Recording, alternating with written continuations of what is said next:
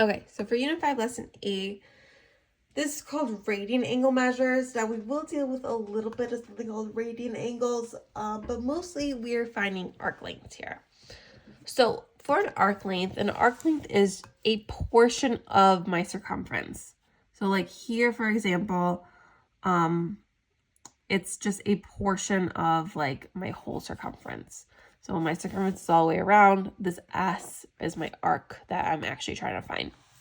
So we use the degrees, that whatever that arc is, over 360 times my circumference. And it basically takes like that portion of my circumference for me. So for example 1, it says find the arc length using degrees. An angle of 75 degrees creates an arc on a circle with a radius of 3. What is the length of the arc?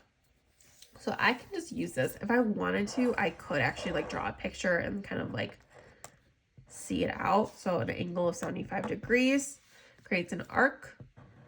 This is my arc. Usually we label it S, with a radius of 3. What is the length of the arc? So I'm just going to follow this formula right here. This is my formula that I'm going to be using when I'm given degrees. I'm trying to find the arc length. So degree is 75 over the 360 times by 2 pi r. So 2 pi times my radius, which is r. Now what I like to do is I like to put this over 1, especially since I have a fraction here. I don't know, it just helps me. Keeps things organized for me. Tops and then bottoms, numerators and denominators. So I get 75 over 360 times by 2 times 3 is 6 pi over 1. And then we can just multiply all that together. So we get 75 divided by 360 times by 6 pi.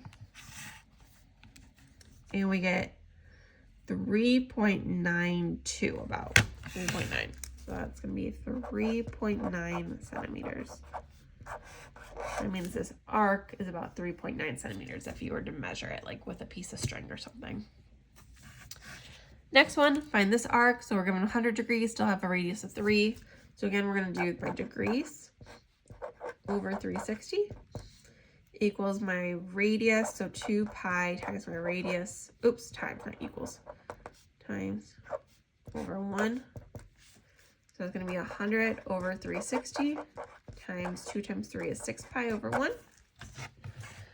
So we get 100 divided by 360 times by 6 pi. And that's about 5.2, about 5.2. And we don't have a unit here, so I could just use units.